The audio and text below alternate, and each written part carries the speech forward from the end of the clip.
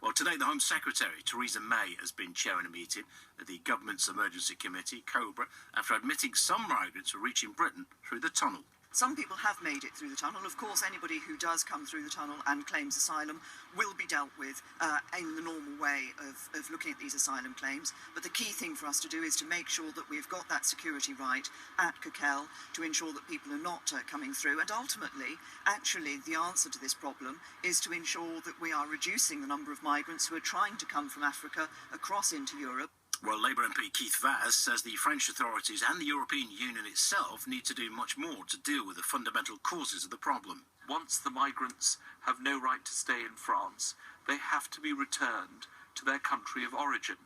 Just letting them cross over does not solve the problem, because more will come. So that's why the French need to work very closely with us. This can only be done if we work in cooperation. So 2 points of view already. Joining us now for another point of view on this very complex issue. And I'm talking about the situation, I'm glad to say, is the Lancashire MEP, Sajjad Karim. Sajjad, welcome to the programme and thanks for joining us. Good evening. Pleased to be with you. Let's clear this up. Is this crisis starting to get out of hand first? This is quite clearly a crisis. There are very many real humanitarian issues now on the Calais side. The conditions that these people are having to stay in really are below substandard, and this is something that the French authorities need to look at. The numbers that we are talking about now, when 1,300 people try and enter into a tunnel in order to make their way through onto the UK side, you have a huge crisis on your hands. We heard Keith Vaz say there, we've heard about 120 more police, we've heard about money going there. That's like putting your finger on a leaking lake, isn't it? What can be done? What's your opinion that the European Union could do things about it? Well, this is actually a very complex issue, because you have people who are making their way into initial points of entry into the European Union are via Greece, Malta, Italy, Hungary, coming up through Serbia.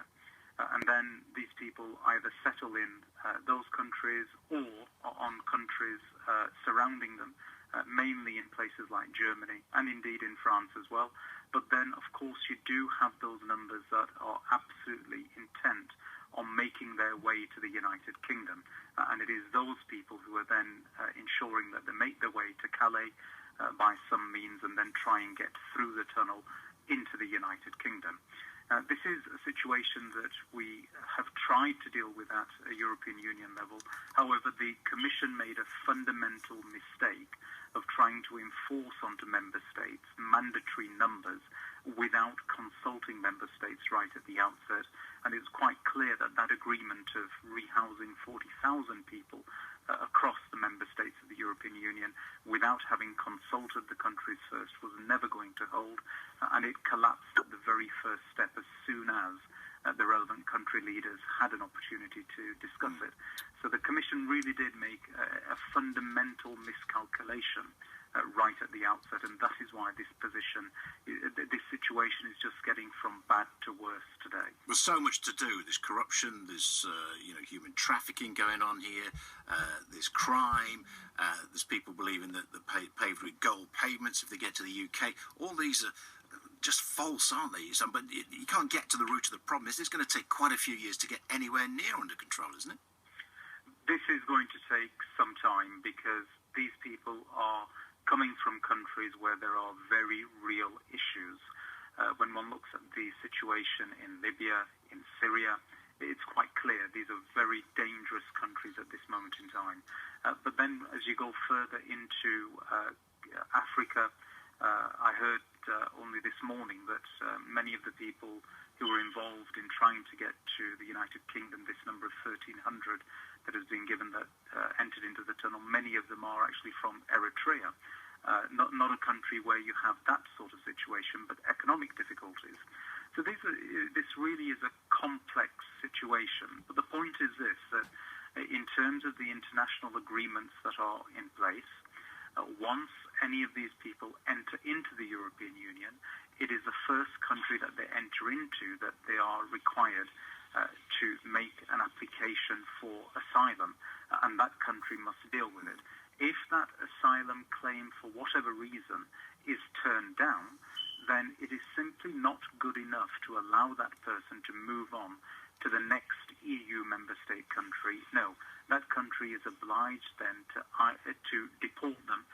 But if their case is successful, then of course the normal local provisions need to be provided to them in the country of first entry. The difficulty here for those member states who are the first point of entry is this, that you have many people who are absolutely intent that come what may, they are going to go to a particular destination. So somebody having entered in Italy that has it firmly in mind that they are going to settle in Germany, one way or another are going to try their very best to make their way there. And that is what is happening in Calais at this moment in time. Sajjad Karim, thank you very much indeed. Lancashire MEP on the situation so far. A crisis already, he said to us there.